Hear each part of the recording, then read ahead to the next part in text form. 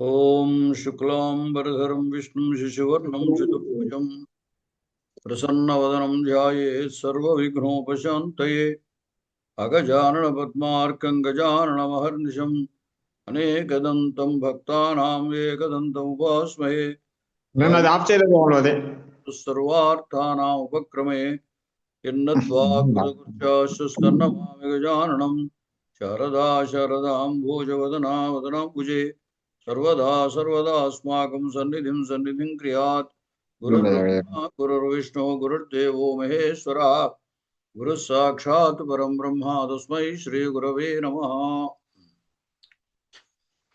మనం ఇప్పుడు ప్రస్తుతం 4వ అంకంలోకి ప్రవేశించాం. 3వ అంకంలో ఉన్న చివరి యొక్క ఆ వాసవదత్త యొక్క మాటల్ని బట్టి పద్మావతి ఉదయనుల యొక్క వివాహం జరుగుతోంది. ఆ కోలాహలము ఆ అడావిట్లో ఈవిడ అక్కడ ఉండలేక తన భర్త పరాయివాడు అయిపోతున్నాడు, ఇతరులకు భర్తగా అయిపోతున్నాడు అని ఆమె బాధపడుతూ ఈ బాధను నిద్ర కనుక వస్తే ఈ బాధ నిద్రలో మర్చిపోవచ్చు కదా అని అనుకుంది. అక్కడితోటి తృతీయ అంకం అయింది. ఇప్పుడు చతుర్థోంకః తతః ప్రవిశతి విదూషకః. విదూషకుడు ప్రవేశించాడు. విదూషకుడు సహర్షం భోః దిష్ట్యా తత్ర భవతో వత్సరాజస్య అభిప్రేత వివాహ మంగళ రమణీయః కాలో దృష్టః.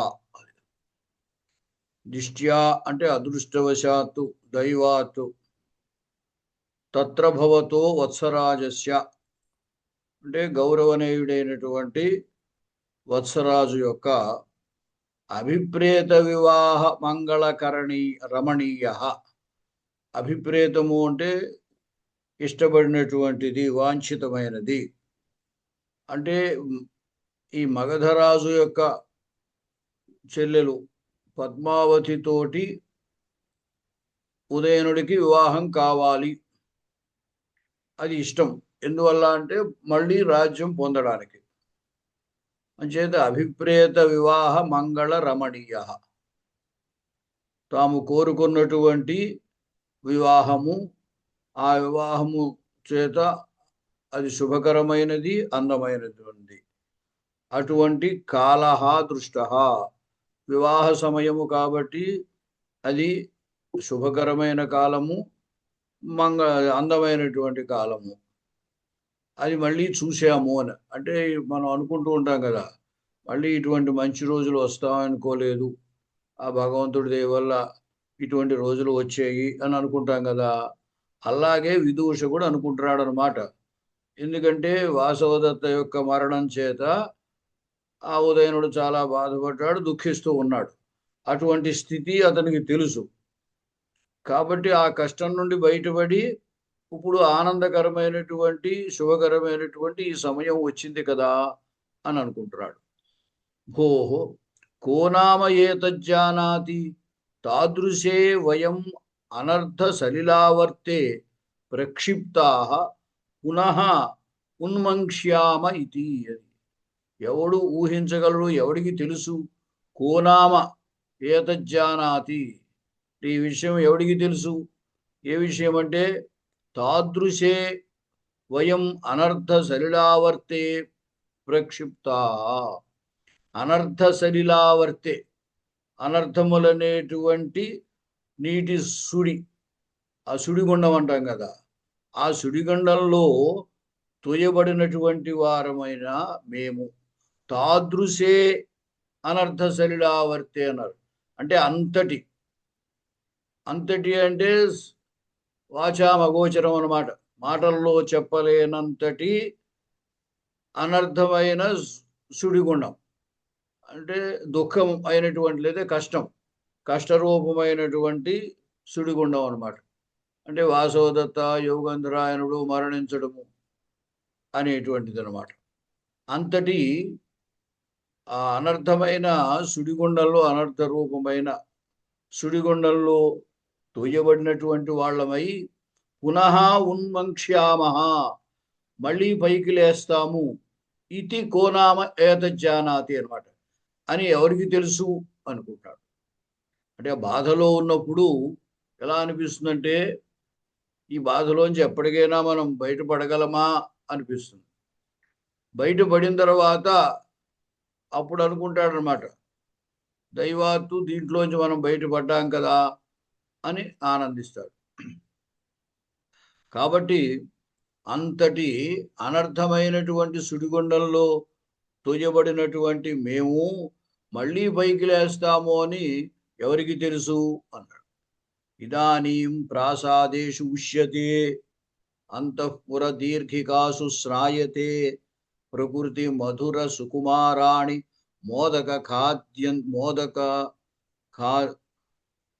మోదకాని ఖాద్యంతే ఇది అనప్సరస్ సంవాసః ఉత్తర కురువాసః మయా అనుభూయతే.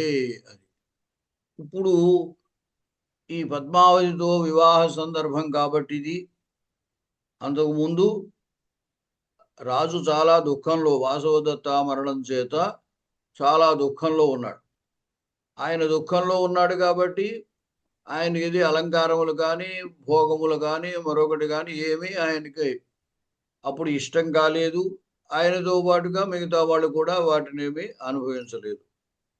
ఇప్పుడు వివాహ సందర్భం కాబట్టి అన్ని సద్దుమడిగాయి, అతని దుఃఖం పోయింది. ఇప్పుడు ఆ పద్మావతిని వివాహం చేసుకుంటున్నాడు. అందువల్ల ఇదానీం ఇప్పుడు ప్రాసాదేషు ఉష్యతే, మేము భవనాల్లో పెద్ద పెద్ద భవనాల్లో నివసిస్తున్నాం. ఇప్పుడు ఉండడం ఉష్యతే ఉండబడుతోందని కర్మని ప్రయోగము. ఎందుకంటే మయా అనుభూయతే అన్నాడు వరుసకోను. అన్ని కర్మని ప్రయోగాలు చేశారు. అయితే అకర్మక ధాతువు ఉన్నప్పుడు భావే ప్రయోగము అని అనాలి.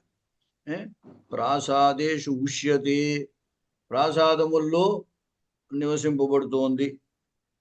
అంతఃపుర దీర్ఘికాసు స్నాయతే, ఇక్కడ స్నాయతే అన్నాడు. స్నాయతే స్నాధాతువు స్నానం చేయడం, స్నాధాతువు అకర్మకం అంచేత దీన్ని భావే ప్రయోగం అంటారనమాట. అంతఃపుర దీర్ఘికాసు, వాటికి పెద్ద పెద్ద ఈ రాజుల యొక్క ఆ భవనముల్లో అక్కడే లోపలే చిన్న చిన్న సరస్సులు అవి ఉంటాయి. అంచేత అంతఃపురంలో ఉన్నటువంటి దీర్ఘిక, దీర్ఘిక అంటే నది అని అసలు అర్థము. అటువంటి నదిలా వాళ్ళు కృత్రిమంగా ఏర్పాటు చేస్తారనమాట. అటువంటి వాటిల్లో స్నానం చేస్తున్నాము. ఇక్కడ భావ్య ప్రయోగం కాబట్టి స్నానం చేస్తున్నాను అని అనాలి, కానీ స్నానం చేయబడుతోందని అనకూడదు ఇక్కడ. అది ప్రకృతి మధుర సుకుమారాణి, అలాగే సహజంగా తీయగా మృదువుగా ఉన్నటువంటి మోదకాని ఖాద్యంతే అని ఉండాలి. ఇక్కడ మిస్టేక్ పడింది. ఆ మోదకములు తినబడుతున్నాయి. తీయని మోదకములు అన్నాడు కాబట్టి మనం మిఠాయి ఉండలు లాంటివి అనమాట, లడ్డూలు అనమాట, అవి తింటున్నాము అని. ఇది అంటే నివాసము, అలాగే స్నానము, భోజనము, ఇవన్నీ కూడా భోగములుగా చెబుతున్నాడు ఇక్కడ. ఆనందాన్ని కలగజేసేటువంటి సుఖ సాధనములుగా చెప్పాడు అనమాట. అంటే ఇంతకు ముందు ఉన్నటువంటి ఆ దుఃఖం అనేటువంటి సుడిగుండల్లోంచి ఇప్పుడు బయటపడ్డాము కాబట్టి ఇలాగా ఆనందిస్తున్నాం కదా అనుకున్నాడు. ఇది అనప్సర సంవాస ఉత్తర కురువాస మయా అనుభూయతే. ఉత్తర కురుభూములు అని కురుదేశానికి ఉత్తర వైపున ఉండేటువంటి దానికి ఉత్తర కురుభూములు, ఉత్తరాఖండ్ అంటుంటాం కదా, అదే హిమాచలానికి దగ్గర. ఆ హిమాచలములో దానికి ఉత్తర కురుభూములు అని పేరు. అక్కడ దేవతల యొక్క సంచారం ఉంటుంది. ఆ దేవతల సంచారంతో పాటుగా దేవతలకు సంబంధించి ఇతర స్త్రీలు, అప్సరసులు, గంధర్వులు, వీళ్ళందరూ కూడా అక్కడ సంచరిస్తూ ఉంటారన్నమాట. అంటే స్వర్గానికి ఇంచుమించు పర్యాయం అన్నమాట. అందువల్ల అటువంటి అప్సర స్త్రీలతోటి ఉండేటువంటి ఉత్తర కురు భూమి ఎట్లా ఉందో అలాగా ఇప్పుడు తానున్నటువంటి ప్రదేశం కూడా ఉన్నది. అయితే ఏమిటి, అక్కడైతే అప్సరస్సులు ఉంటారు, ఇక్కడ లేరు, అంతే తేడా. అందువల్ల అనప్సరస్ సంవాస అన్నాడు. అప్సరస్ సంవాసం లేదు, అప్సర స్త్రీలు ఇక్కడ లేరంతే, అనప్సరస్ అన్నాడు. అప్సర స్త్రీలు లేనటువంటి నివాసం ఎటువంటిది, ఉత్తర కురువాస, ఉత్తర కురు భూముల్లో నివాసము, మయా అనుభూయతే, నాచే అనుభవింపబడుతోంది అంటే. అంటే ఏంటి, స్వర్గంలా ఉంది ఇప్పుడు అని అనుకుంటున్నాడు అనమాట.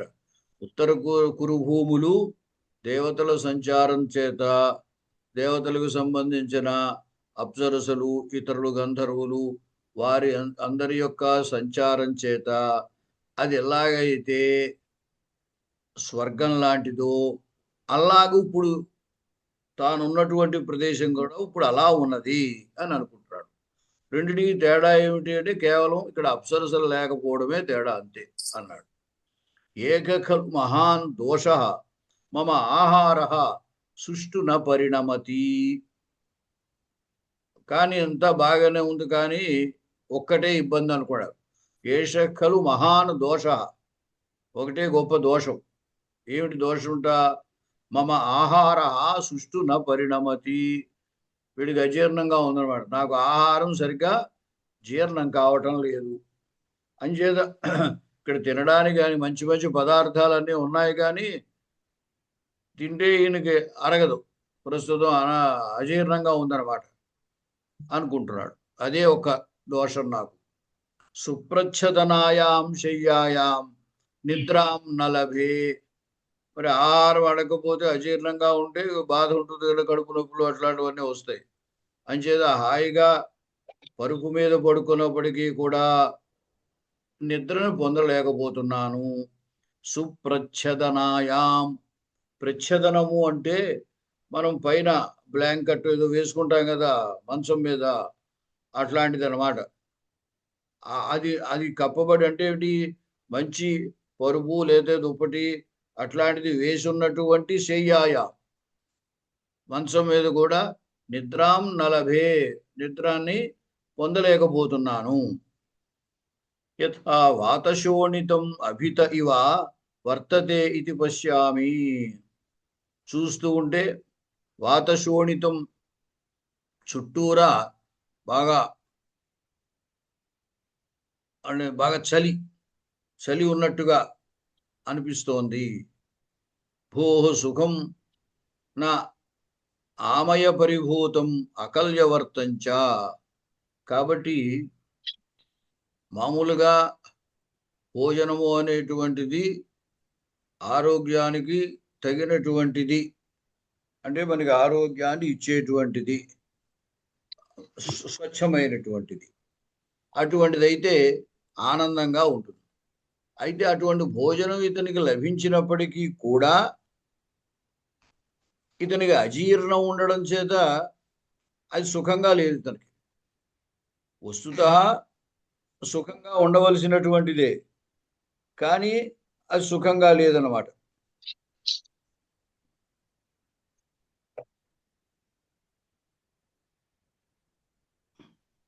అందువల్ల అట్లా అభితః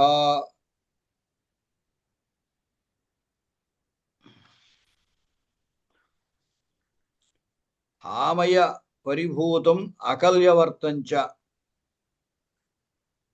ఆమయము లేనటువంటిదే అంటే రోగముతో కూడినటువంటిది, అకల్యవర్తము అంటే అనారోగ్య శంక లేనటువంటి, సుఖముగా నా లేదు అని అర్థం. ఎందువల్ల, ఈ చలి చేతను అజీర్ణం చేతను అతనికి తిన్నది అరగటం లేదు. తిన్నది అరగకపోతే వాళ్ళు పెట్టే ఆహారం మంచిదే అయినా నాకేం పర్వాలేదు అని ధైర్యంగా తినే అవకాశం అతనికి లేదనమాట. అంచేది ఇది సుఖంగా లేదు అన్నాడు. ఆమయం అంటే రోగం, అంచేదే అనామయం, కులాసాగా ఉన్నారా, క్షేమంగా ఉన్నారా అని పలకరిస్తాం కదా. మరి ధర్మశాస్త్రాల్లో ఒక్కొక్కరిని ఒక్కొక్కలా పలకరిస్తూ ఉంటారు. దాంట్లో అనామయమని కూడా పలకరిస్తూ ఉంటారు. అంటే ఆరోగ్యంగా ఉందా అని పలకరించారు అనమాట. ఇప్పుడు వీళ్ళు పెట్టే భోజనం ఈయనకి మంచి భోజనమే అయినా అది రోగాన్ని కలగజేసేదిగా, ఎందువల్ల తనకి రోగం ఉంది కాబట్టి. అంచేత ఆమయ పరిభూతం అకల్యవర్తంచ న సుఖం, అంటే రోగంతో కూడి ఉన్నది, తొందరగా జీర్ణమయ్యేటువంటిది, జీర్ణం కాదు ఇప్పుడు ఈయనకి. అందువల్ల అనారోగ్యం చేయదులే అని ఎటువంటి అనుమానం లేకుండా తినలేకపోతున్నాడు. అంచేది ఇది ఆయనకి నా సుఖంగా లేదు. తర్వాత తతః ప్రవిశతి చేటి. అకల్య అంటే ఏంటి మహోదయ? అకల్య అంటే అకల్యవర్తం అంటే అనారోగ్యము చేసేది అని అర్థం. ఏ మహోదయ? అనారోగ్యం చేసేది, అనారోగ్యం చేసేది.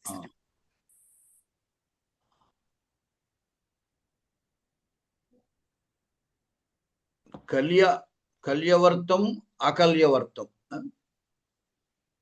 ఆరోగ్యంతో ఉండేది. వర్తం అనేది ప్రవేశించడం, వర్తతే ఇది వర్తం, వృతువర్తనే ధాతువు కదా. ఏమిటి ఇది? అనారోగ్యం చేస్తుంది లేదా చెయ్యదు అనే ఉద్దేశంతో ఏ పదార్థం పట్లయితే మనం ప్రవర్తిస్తామో అది అకల్యవర్తము అంటారు అన్నమాట. పర్వాలేదు, దీనివల్ల మనకు అనారోగ్యం రాదులే అని ప్రవర్తించడానికి వీలు లేకుండా ఉందన్నమాట అతనికి. తర్వాత తతః ప్రవిశతి చేటి, చెలికెత్తి ప్రవేశించింది. కుత్ర సఖలు గత ఆర్య వసంతకః. అమ్మో ఏష ఆర్య వసంతకః ఉపసృత్య ఆర్య వసంతక కఃకాలస్త్వామన్విష్యామి. ఈ చెలికెత్తే ప్రవేశించింది, వసంతకుడు ఎక్కడున్నాడు అని వెతుకుతోంది. కుత్ర ఖలు స గతః ఆర్య వసంతకః. పూజ్యుడైన ఈ వసంతకుడు ఎక్కడికి వెళ్ళాడు అని చూస్తూ అక్కడ వసంతకుడిని చూసింది. వెతుకుతోంది కదా, అటు ఇటు చూస్తాను. వసంతకుడిని చూసింది. ఏష ఆర్య వసంతకః, ఇగో ఇతడు ఇక్కడే ఉన్నాడు. ఉపసృత్య అతని దగ్గరికి వచ్చింది. వచ్చి ఆర్య వసంతక కఃకాలస్త్వామన్విష్యామి, నిన్ను ఎంతసేపు వెతకనయ్యా అంది. విదూషకుడు దృష్ట్వా చూసి, కిన్నిమిత్తం భద్రే మామన్విష్యసి, నా గురించి ఎందుకు వెతుకుతున్నావు మా అని అడిగాడు. అస్మాకం భట్టిని భణితి అపి స్నాతో జామాత ఇది. మా యజమానురాలు అడుగుతోంది, అల్లుడు స్నానం చేశాడా అని. మరి అల్లుడు గారు కొత్త అల్లుడు కదా, వివాహం అయిన కొత్త కదా, కాబట్టి అల్లుడు గారు స్నానం చేస్తే టిఫిన్ అది పంపిద్దామని అనుకుంటుంది ఆవిడ. అందుచేత ఆయన స్నానం చేశాడా అని అడుగుతోంది. ఈమె చెలిగత్తి కదా, ఈ విదూషకుడు రాజు యొక్క స్నేహితుడు కాబట్టి ఆ వివరాలన్నీ కూడా విదూషకుడు తెలుస్తాయి. అందుచేత విదూషకుడిని అడుగుతోంది అనమాట, మా యజమానురాలు ఇలా అడుగుతున్నారు అని. కిన్నిమిత్తం భవతి పృచ్చతి, నన్ను ఎందుకు అడుగుతున్నావు, దేని గురించి అడుగుతున్నావు, ఆయన స్నానం చేసేడా అని. అంటే కిమన్యతు సుమనోవర్ణకం ఆనయామి ఇది. మరేమున్నది, స్నానం చేస్తే సుమనోవర్ణకం అంటే మనం రాసుకునే ఈ ఫేస్ పౌడరు లేకపోతే ఇంకోటి ఇట్లాంటివి అన్నమాట, ఫెయిర్ అండ్ లవ్లీ ఇట్లాంటివన్నీ ఉంటాయి కదా, అవన్నీ రాసుకుంటూ ఉంటారు కదా, అటువంటివి అన్నమాట. వాటిని తీసుకొద్దామని అని అడిగింది.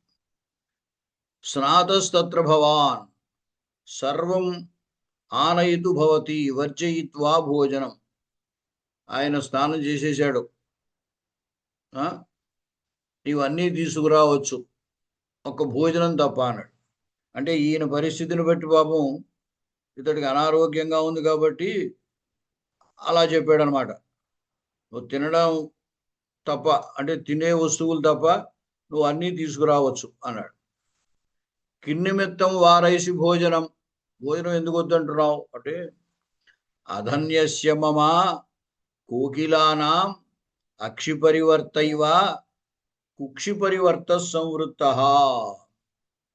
కోకిలలకు అవి ఈ మామిడి చిగురు, వేప పూత ఇట్లాంటివి తింటాయి కదా, ఆ తినేటువంటి సందర్భంలో అప్పుడప్పుడు ఆ రేణువులు కళ్ళల్లో పడి అవి చాలా బాధపడుతూ ఉంటాయట. అంచేత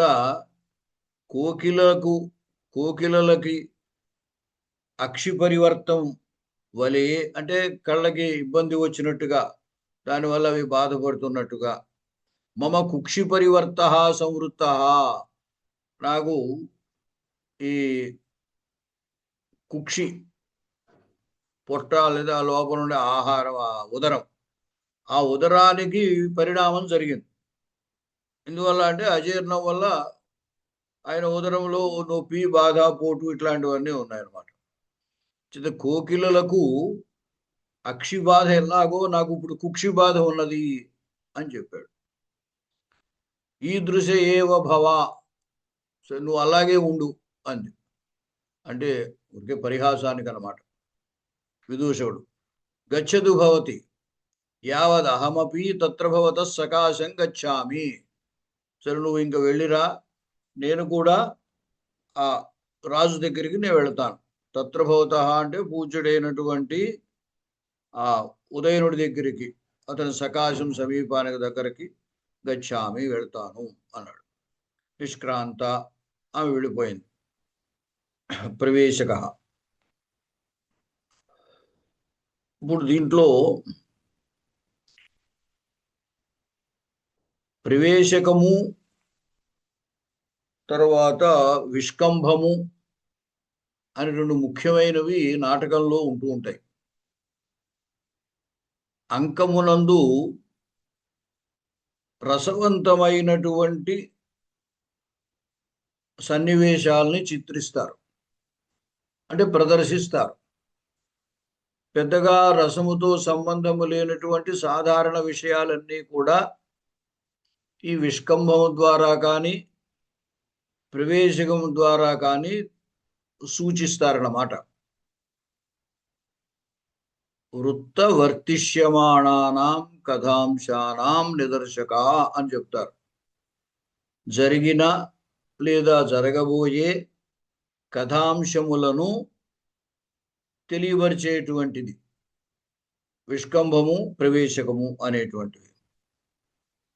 ఈ రెండింటికి చిన్న ఆ పాత్రలను బట్టి చిన్న తేడా ఉందన్నమాట. భరతుడు నాట్యశాస్త్రము రచించాడు. మొత్తము ఈ నాటక ప్రక్రియలన్నిటికీ మూలం నాట్యశాస్త్రం. ఆయన ఈ రూపకము అంటారు, సాధారణంగా అన్నిటికీ కలిపి పేరు రూపకం. దశరూపకములు అని 10 రకాలు ఉంటాయి. అయితే దాంట్లో సమగ్రం అవడం చేత నాటకం ప్రసిద్ధి పొందింది. అంచేత ఇతర ప్రక్రియలన్నీ కూడా లోక వ్యవహారంలో నాటకము అనే వ్యవహరింపబడుతున్నాయి. అసలు సామాన్య వ్యవహారం చేయాలంటే రూపకము అనాలన్నమాట. దృశ్య కావ్యాలన్నిటినీ రూపకములు అని అంటారు.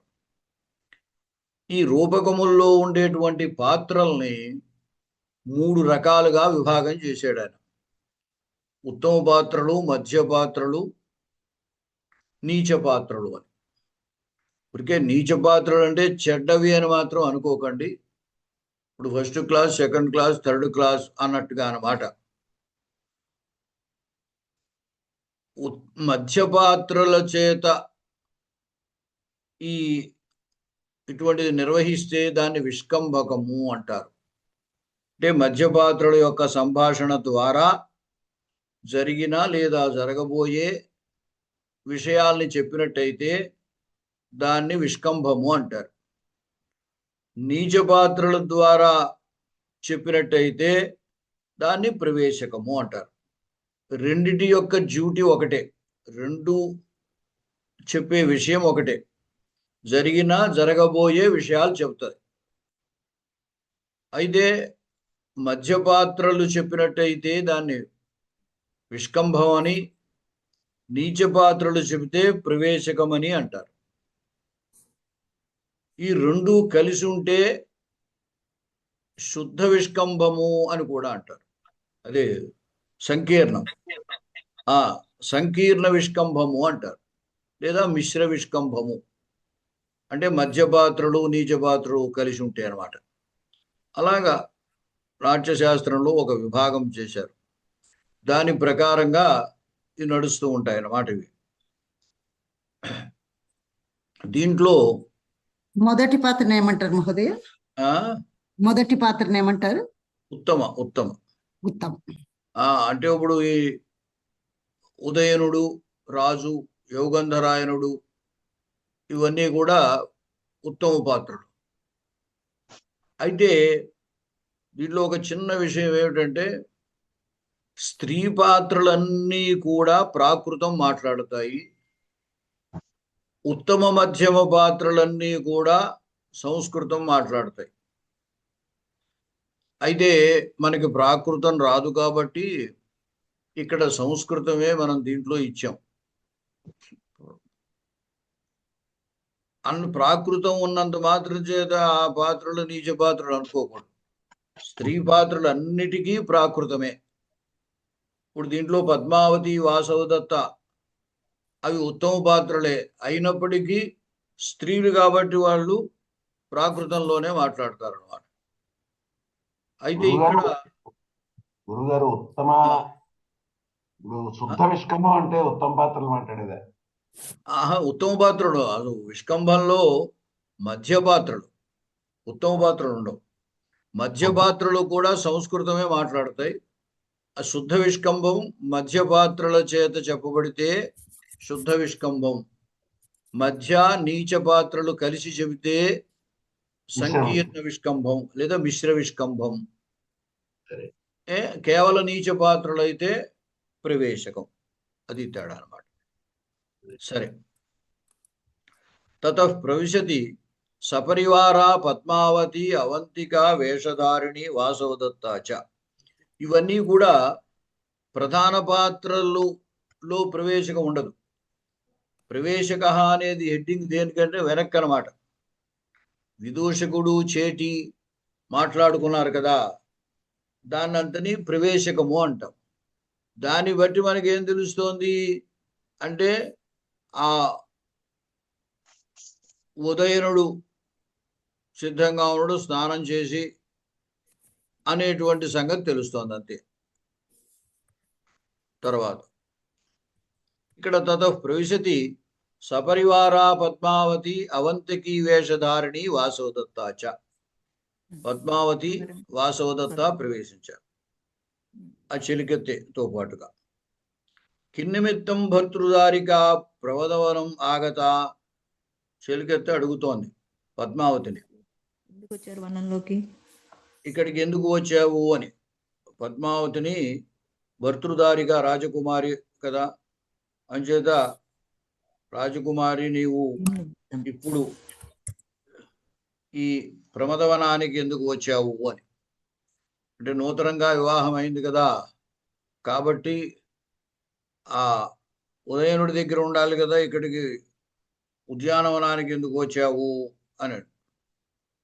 కిన్నిమిత్తం భర్తృదారిక ప్రమదవనం ఆగత, ఎందుకోసం ఇక్కడికి వచ్చావు అని అడిగింది. అలా తే తావత్ చేపాలికా గుల్మకాహ పశ్యామి కుసుమితావా నవా ఇతి. ఆవిడ ఈ ఉద్యానవనంలో ఆవిడ వేసినటువంటి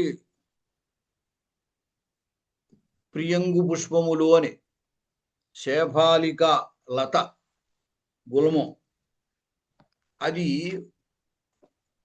పూలు పూసిందా లేదా అని చూడడానికి వచ్చాను అంది.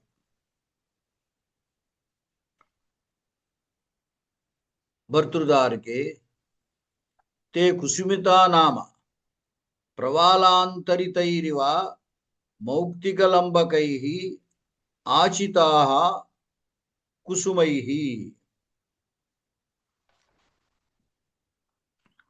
అవి పూలు పూసేయి, అది అంటే లత, కానీ ప్రవాలాంతరితైరివ మౌక్తికలంబకైః.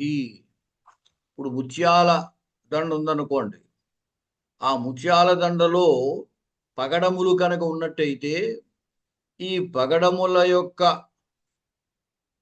ఎర్ర రంగు, ఆ ఎరుపుదనము చేత ఆ ముత్యములు కప్పబడిపోతాయి. అంటే పగడముల యొక్క కాంతి ఎరుపు కొంచెం డామినేట్ చేస్తుంది అన్నమాట. మౌక్తికలంబకై, మౌక్తికలంబకములు అంటే ముత్యాల దండలు.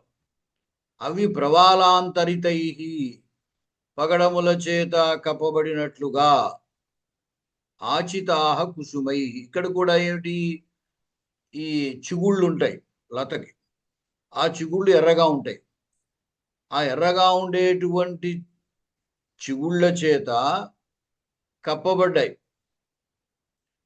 ఆచితాహ కుసుమై ఆచిత, పూల చేత కప్పబడి ఉన్నాయి. ఎక్కడ తప్పు ఏమైనా పడిందా అని దీంట్లో అనుమానంగా, ఒక్క నిమిషం ఉండండి.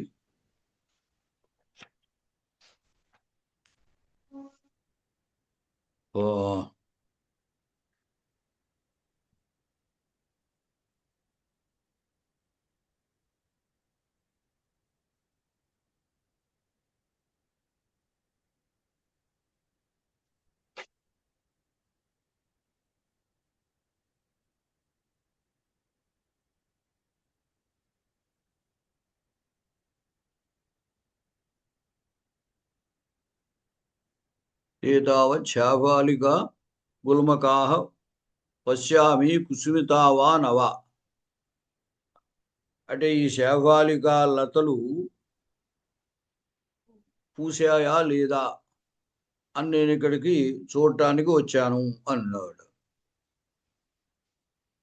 అంటే ఏముంది ఆవిడ, భర్తృదారికి తే కుసుమితానామ, అంటే ఆ లతలు పూసాయి అంటే ప్రసిద్ధమైనగా కుసుమితానా అంటే పూసాయి కదా అని అర్థం.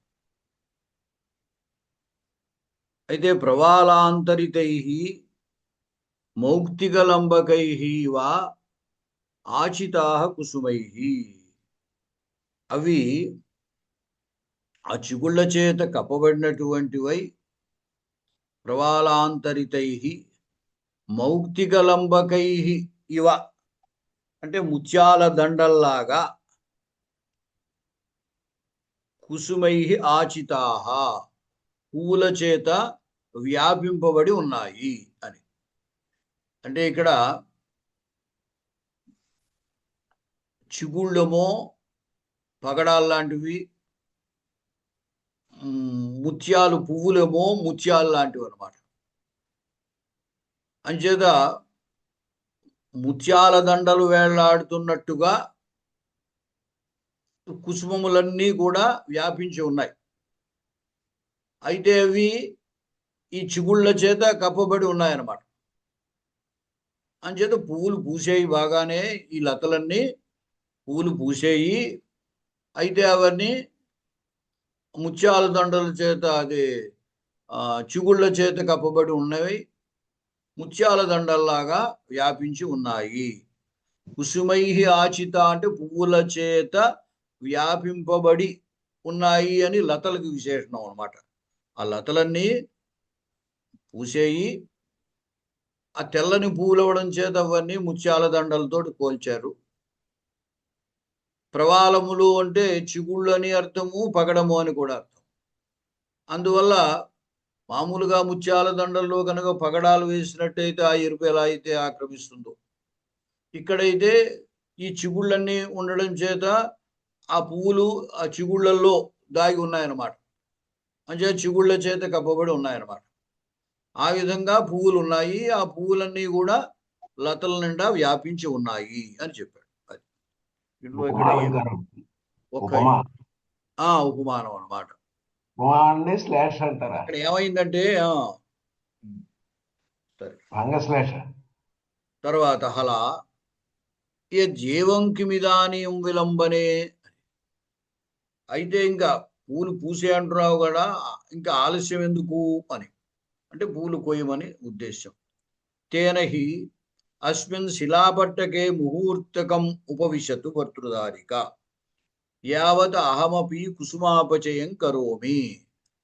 అయితే ఇక్కడ ఒక క్షణ ముహూర్త కాలం ఈ శిలాపట్టం మీద కూర్చోమ్మ, రాతి తిన్నె మీద కూర్చో, నేను ఇంతట్లో ఆ పువ్వులు కోసి తీసుకొస్తాను అంది.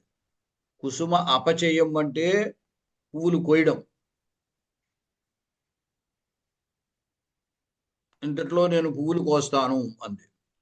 పద్మావతి ఆర్యే కిమత్ర ఉపవిశావహ, పక్కన వాసవదత్త ఉంది కదా, ఆమెతో అంటోంది, ఇక్కడ కూర్చుందామా అంది.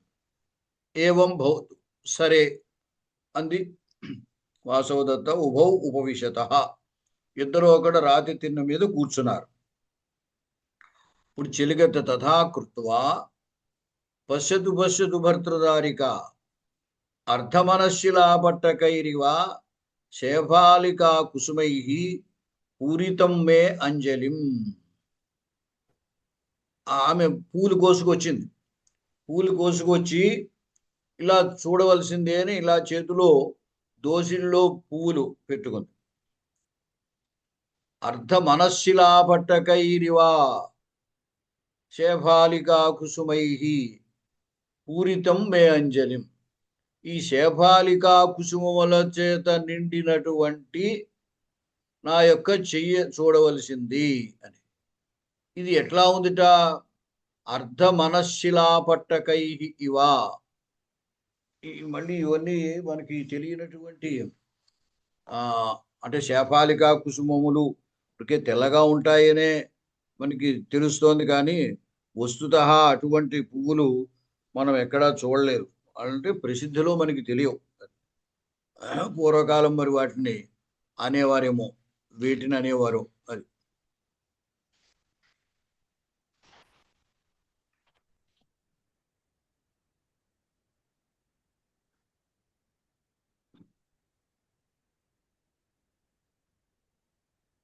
ఈ అర్ధమనశిల అంటే నాగజిహ్వకము అని ఒక ఎర్రటి,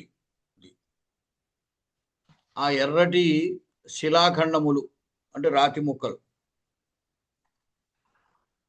ఆ ఎర్రని అర్ధమనశిల అంటే అవి పూర్తిగా ఎరుపుగా ఉండవు, తెలుపు ఎరుపు కలిసి ఉంటాయన్నమాట అవి. ఆ విధంగా ఇక్కడ ఈ శేఫాలికా కుసుమములు ఈమె చేతిలో ఉన్నటువంటి పువ్వులు అన్నమాట. ఆ చెయ్యి మామూలుగా అంజలి ఎర్రగా ఉంటుంది కదా, ఈ శేఫాలికా కుసుమములు తెల్లగా ఉన్నాయి. అంచేత ఎరుపు తెలుపు కలిసి ఉండడం చేత అర్ధమనశిలాపట్టకైరివా అన్నారు. అటువంటి అంటే ఎర్రని ధాతువులు అంటారు అనుకోండి, గైరికా ధాతువులు అంటారు. పర్వతాల్లో ఉండేటువంటి రంగురాళ్ళు, మామూలు తెలుగు మాట అయితే రంగురాళ్ళు అనమాట. వాటితో నిండి ఉన్నటువంటి దాకా ఈ పువ్వులతోటి నిండి ఉంది నా దోసిలి, చూడు అంది. పద్మావతి దృష్ట్వా అహో విచిత్రతా కుసుమానాం, ఆ పువ్వులు చూసి చాలా బాగున్నాయి కదా అనుకుంది. ఆశ్చర్యకరముగా ఉన్నాయి అంటే చిత్రంగా ఉన్నాయే అంటాం కదా, అది ఉద్దేశం అన్నమాట. విచిత్రతా కుసుమానాం, పువ్వుల యొక్క విచిత్రత ఎంతటిదో కదా అని అర్థం. పశ్యతు పశ్యతు ఆర్య, ఆ పక్కన వాసవదత్త ఉంది కాబట్టి ఆమెతోటి నీవు కూడా చూడు చూడు అని అంది. వాసవదత్త అహో దర్శనీయత కుసుమానం అంటే పువ్వులు ఎంత అందంగా ఉన్నాయి అని. దర్శనీయత అంటే చూడదగినదిగా ఉండడం, అంటే అందంగా ఉండడం అని తాత్పర్యం. కుసుమములు ఎంత బాగున్నాయి అని. భర్తృదారికే కిం భూయో అవచేష్యామి, ఇంకా పూలు కొయ్యనా అని అడిగింది చెలికెత్తు. అలా మా భూయో అవచిత్య, వద్దు వద్దు ఇంకా కోయొద్దు అంది. అలా కిన్నిమిత్తం వారయసి, ఎందుకు కోయొద్దు అంటున్నావు అంటే, ఆర్యపుత్రేణ ఇహ ఆగత్య ఇమాం కుసుమ సమృద్ధిం దృష్ట్వా సమ్మానితా భవేయం. అది మరి ఆవిడ బాగా పెంచినటువంటి మొక్కలు అన్నమాట అవి. కాబట్టి భర్త వచ్చి పూలు బాగా పూసేయని ఆ మొక్కల్ని పెంచినటువంటి తనని ప్రశంసించాలి అని ఆవిడ అనుకుంటోంది. అంటే సాధారణంగా స్త్రీలు వారు చేసినటువంటి పనిని భర్త మెచ్చుకోవాలి అని అనుకుంటారు కదా. అదేవిధంగా ఇక్కడ ఆర్యపుత్రేణ ఇహ ఆగత్య, ఆర్యపుత్రుడు ఇక్కడికి వచ్చి ఇమాం కుసుమ సమృద్ధిం దృష్ట్వా, ఈ కుసుమ సమృద్ధి అంటే బాగా విరగబూసినటువంటి అన్నమాట, అంచేది పువ్వులు బాగా పూయడాన్ని దృష్ట్వా చూచి సమ్మానితా భవేయం, గౌరవింపబడాలి. అక్కడ ఆర్యపుత్రేణ తృతీయ కర్మని ప్రయోగం, ఆర్యపుత్రేణ సమ్మానిత భవేయం, ఆర్యపుత్రుని చేత గౌరవింపబడేదాన్ని కావాలి. అందుకోసం ఇంకా కొయ్యొద్దు, పూలలా ఉంచు అన్. అప్పుడు వాసవదత్త అడుగుతోంది, అలా ప్రియస్తే భర్త అని అంటే భర్త నీకు ఇష్టుడేనా? ప్రియ తే భర్త. అప్పుడు ఆమె అంటోంది, ఆర్యే నజానామి ఆర్యపుత్రేణ విరహిత ఉత్కంఠిత భవామి. ఇక్కడ నీకు భర్త ఇష్టుడేనా అంటే నీ పట్ల భర్త ఇష్టుడుగా ఉన్నాడా అని తాత్పర్యం. ఈమెకి భర్త అంటే ఇష్టమా కాదా అని కాదు వాసవదత్త యొక్క ఉద్దేశ్యం. వాసవదత్త ఉద్దేశ్యం ఏమిటంటే, ఉదయనుడు పద్మావతి పట్ల ప్రియుడుగా ఉన్నాడా లేదా తెలుసుకోవాలని ఉత్కంఠ అన్నమాట ఆవిడికి. అందుచేత ప్రియస్తే భర్త అని అంటే నీ యొక్క భర్త ప్రియుడుగా ఉన్నాడా అని. ప్రియుడుగా ఉండడం అంటే భర్త పట్ల ఈవిడికి ప్రీతి ఉండొచ్చు, అది వేరు. కానీ భర్తకి ఈమె పట్ల ప్రీతి ఉన్నదా లేదా, అతనికి ప్రీతి ఉంటేనే కదా ప్రియ అవుతాడు. అందుకోసం అది తెలుసుకోవాలని వాసవదత్త అడిగింది అనమాట. అప్పుడు ఈవిడ అతనికి తన పట్ల ఎంత ప్రీతి ఉన్నదో ఈవిడికి తెలియదు. ఇంకా ఆర్యే నజానామి, నాకు తెలియదు. కానీ ఆర్యపుత్రేణ విరహిత ఉత్కంఠిత భవామి, నేను మాత్రం అతడు లేకుండగా చాలా ఉత్కంఠతో ఉంటున్నా. ఆర్యపుత్రేణ విరహిత సతీ అన్నమాట. అంటే అతడు లేకుండా ఉన్నటువంటి దానినై అతడి పట్ల మిక్కిలి ఉత్కంఠతో ఉంటున్నాను. అంటే నాకు మాత్రం అతని పట్ల విపరీతమైన ప్రేమ ఉన్నది, అందుచేత ఆయన లేకపోతే నాకు చాలా బాధగా అని చెబుతారు. ఉత్కంఠ శబ్దానికి బాధ అని కూడా అర్థం ఉన్నది. మామూలుగా చాలా ఉత్కంఠతో అని వ్యవహరిస్తూ ఉంటాం. అంటే తెలుసుకోవాలి, ఒక వస్తువు పట్ల కానీ ఒకరి పట్ల కానీ మిక్కిలి ఉత్సుకత ఉండడాన్ని కూడా ఉత్కంఠ అంచేత అట్లాంటి ఉత్కంఠ నాకు ఉన్నది అని కానీ, లేదా అతడు లేకపోవడం చేత నేను చాలా బాధతో ఉన్నాను అనే అభిప్రాయం అన్నమాట. ఆత్మగతం తనలో వాసవదత్త అనుకుంటోంది, దుష్కరం ఖల్వహం కరోమి. అది నేను చాలా అంటే దుష్కరం అంటే చాలా కఠినమైనటువంటి దాన్ని చేస్తున్నాను అని. కఠినమైన చేయడం అంటే ఏమిటి? ఆమె ఇంకా ఇవాళే పెళ్ళయింది. పెళ్ళయి ఇంకా కొత్తలోనే అప్పుడే పద్మావతి ఏమంటోంది, ఆ ఉదయనుడు లేకపోతే నాకు చాలా బాధగా ఉంది అంటోంది. అంచేత ఎంతో కాలం నుండి అతనితోటి ఉన్నటువంటి వాసవదత్త అనుకుంటోందనమాట, నేను ఇంకా ఇలా బాగానే ఉన్నాను, అప్పుడే ఈవిడికి అంత బాధ కలిగింది, నేను ఇంకా ఎంతటి బాధతో ఉండాలో కదా అని. అంచేత దుష్కరం కల్వహం కరోమి అని. అది ఇయమపి నామ ఏవం మంత్రయతే. అది ఇయమపి నామ అంటే ఈమె కూడా ఇలా మాట్లాడుతూ, ఈమె కూడా అంటే ఈరోజే పెళ్ళైనటువంటి ఆవిడ. అది ఇయమపి నామ, ఈమె కూడా ఏవం మంత్రయితే ఇలా మాట్లాడుతోంది అంటే ఉదయనుడు లేకపోతే నేను చాలా బాధపడిపోతున్నానంటోంది. ఇంత చేసి పెళ్ళయింది, ఇంకా ఓ గంట అయిందో లేదో ఓ రోజు అయిందో అంతే కదా. ఎంతో కాలం క్రితమే పెళ్ళై ఉన్నటువంటి అతడు లేకుండా తాను ఉన్నదే కాబట్టి దుష్కరం కల్వహం కరోమి అందనమాట. అంటే నేను చాలా కష్టమును చేస్తున్నాను, లేదు చాలా చెడ్డ పని చేస్తున్నానంటే ఉద్దేశం అంతటి దుఃఖాన్ని నేను అనుభవించట్లేదా అని అనిపిస్తోంది అనమాట ఆవిడికి. చెలికత్తి అభిజాతం కలు భర్తృదారికయా మంత్రితం ప్రియం మే భర్త ఇది. ప్రియో మే భర్త ఇది. ఇప్పుడు అంటే మన తెలుగులో ఆ భాష యొక్క స్వభావాన్ని బట్టి మాటలు ఒక్కొక్కలా ఉంటాయి, ఆ సంస్కృత భాష యొక్క స్వభావాన్ని బట్టి ఒక్కొక్కలా ఉండదు. దానికి యాజ్ ఇట్ ఈజ్గా అర్థం తీసుకున్నట్టయితే అది మనకి సరిపోదు. దుష్కరం కలోమి అంటే దుష్కరము అంటే చేయశక్యం కానటువంటి పని, చాలా కష్టమైనటువంటి పని, దాన్ని దుష్కరం అంటాం. దుష్కరం కిం మహాత్మన అంటే గొప్పవాళ్ళకి చేయలేనిది ఏముంది అంటే ఎంతటి కష్టమైన పనైనా వాళ్ళు చేయగలరు అని అర్థం. ఇక్కడ ఏమిటి దుష్కరం కరోమి అంటే నేను చాలా కష్టమైన పని చేస్తున్నాను అని అర్థం. కష్టమైన పని చేయడం అంటే ఏమిటి, ఇంకా ఎంతో దుఃఖం అనుభవించవలసింది, అంతటి దుఃఖం తాను అనుభవించట్లేదేమో అని ఆవిడికి అభిప్రాయం కలిగిందనమాట. ఎందువల్ల ఇంకా కొత్తగా పెళ్ళి అయినటువంటి పద్మావతే ఉదయనుడు లేకపోతే నేను చాలా బాధపడిపోతున్నాను అంది. అందుచేత అభిజాతం ఖలు భర్తృదారికయా మంత్రితం ప్రియో మే భర్త ఇది.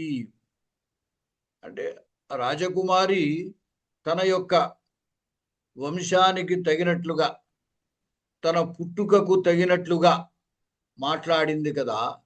ఏం మాట్లాడింది? ప్రియో మే భర్త ఇది, నాకు భర్త చాలా ఇష్టమైన వాడు. పైన అంది కదా అలా ప్రియస్తే భర్త అన్నప్పుడు ఎంత ఇష్టము, ఇష్టడు అని ఎందుకు తెలుస్తోంది? దీన్ని బట్టి అతడు లేకుండగా నేను చాలా బాధపడుతున్నాను అతడు దగ్గర లేకపోతే అని అండం చేత అతడంటే తనకు చాలా ఇష్టము అనే సంగతి చెప్పినట్లయిందనమాట. అప్పుడు పద్మావతి ఏకఖలు మే సందేహ, నాకు సందేహం అంది. కిం కిం ఏమిటి సందేహం? యథా మమ ఆర్యపుత్ర తథైవ ఆర్యాయ వాసవదత్తాయ ఇది. అది నాకు ఆర్యపుత్రుడు అంటే ఉదయనుడంటే ఎంత ఇష్టమో అదే విధంగా పూజ్యురాలైన వాసవదత్త కూడా అంతే ఇష్టుడై ఉంటాడు కదా అని. యథా మమ ఆర్యపుత్ర తథైవ ఆర్యాయాః వాసవదత్తాయాః ఇది. నాకు ఎంతటి ఇష్టముగా అయితే ఉన్నాడో అంతటి ఇష్టముగాను వాసవదత్త కూడా ఉండి ఉంటాడు కదా. అంటే అంతలా ఉన్నాడా అని. ఏకఖలు మే సందేహ అంది కదా, సందేహం ఉంది కాబట్టి ఈ ఒకరోజు పెళ్ళైనంత మాత్రము చేతనే, అంటే పెళ్ళై ఒకరోజు అయినంత మాత్రము చేతనే తనకి ఆ ఉదయనుడంటే అంత ఇష్టంగా ఉన్నది, అతడు లేకపోతే చాలా బాధ కలుగుతోంది, అంత ఇష్టంగా వాసవదత్త కూడా అతడు ఉన్నాడా అని తాత్పర్యం అన్నమాట. తథైవ ఆర్యాయ వాసవదత్తాయా ఇది మే సందేహ అన్నమాట అని నా సందేహం. అప్పుడు వాసవదత్త తతోపి అధికం, ఈవిడ మాటల్లో అప్పుడప్పుడు దొరికిపోతూ ఉంటుంది, మళ్ళీ సర్దుకుంటూ ఉంటుంది. అంతకంటే ఎక్కువే అంది. ఇప్పుడు నీకు ఉదయనుడంటే ఎంత ఇష్టం ఉందని చెబుతున్నావో అంతకంటే ఎక్కువ ఇష్టుడే వాసవదత్తకి అని అభిప్రాయం. అప్పుడు వెంటనే పద్మావతి కథంత్వం జానాసి అని, నీకెలా తెలుసు వాసవదత్తకి ఉదయనుడి పట్ల అంతటి ప్రేమ ఉన్నది అనే సంగతి నీకెలా తెలుసు అని అడిగింది. మళ్ళీ ఆత్మగతం తనలో ఆర్యపుత్ర పక్షపాతేన అతిక్రాంత సముదాచార, తన భర్త పట్ల అంటే ఉదయనుడి పట్ల ఉండేటువంటి పక్షపాతం చేత, అంటే అతని పట్ల ఉన్న ప్రేమ, దాని కారణంగా అతిక్రాంత సముదాచార, అంటే సంప్రదాయాన్ని, ఆచారాన్ని, నేను ధర్మాన్ని అతిక్రమించాను కదా. ఎందువల్ల మరి పద్మావతి దృష్టిలో ఈవిడ వాసవదత్త కాదు కదా, అవంతిక అనేటువంటి ఆమె. ఈమెకి వాసవదత్త ఉదయనుడ ప్రేమ వ్యవహారం, వాళ్ళ ప్రీతి గురించి ఈమెకి ఎలా తెలుస్తుంది? పైగా ఏమంటుంది, ఇంతకంటే ఎక్కువ ప్రేమే ఉంది అంటున్నాడు.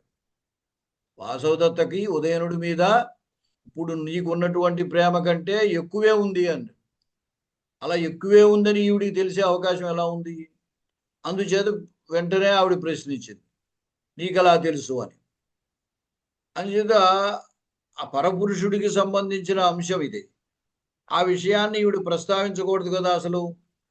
కాబట్టి అంటోందనమాట, నేను నా భర్త పట్ల ఉండేటువంటి ప్రేమ కారణంగా ఈ సంప్రదాయాన్ని లేదా ధర్మాన్ని దాటాను కదా, అతిక్రమించాను కదా అనుకుంటాను. సరే, అక్కడి నుంచి తప్పించుకోవాలి కదా, వాళ్ళకి తెలియకూడదు కదా. అంచేది ఏవం తావత్ భణిష్యామి, ఈ విధంగా చెబుతాను, సరే ఇలా చెబుతాను అనుకుని ప్రకాశం పైకి, యది అల్పః స్నేహ సా స్వజనన్న పరిత్యజతి, అది తక్కువ, అంటే ఇంతకంటే తక్కువ ప్రేమే అయ్యి ఉంటే ఆమె తన వాళ్ళను విడిచిపెట్టి వచ్చేది కదా. కారాగారంలో ఉదయనుడు ఉండగా ఆ మహాసేనుడు అంటే వాసవదత్త యొక్క తండ్రి అతని దగ్గర సంగీతం నేర్చుకోవడానికి ఈవిడిని పంపించారు. ఈ వాసవదత్తకి ఉదయనుడు సంగీతం నేర్పాడు. అలా నేర్పగా కొంతకాలానికి ఏమైందంటే వాళ్ళ ఉభయుల మధ్య ప్రేమ కలిగింది. తండ్రి ఉదయనుడిని మరి కారాగారంలో బంధించాడు కదా, అందుచేత తమ వివాహానికి అంగీకరించడేమో అని అనుకుని వాళ్ళిద్దరూ అక్కడి నుంచి వెళ్ళిపోయి వివాహం చేసుకున్నారు.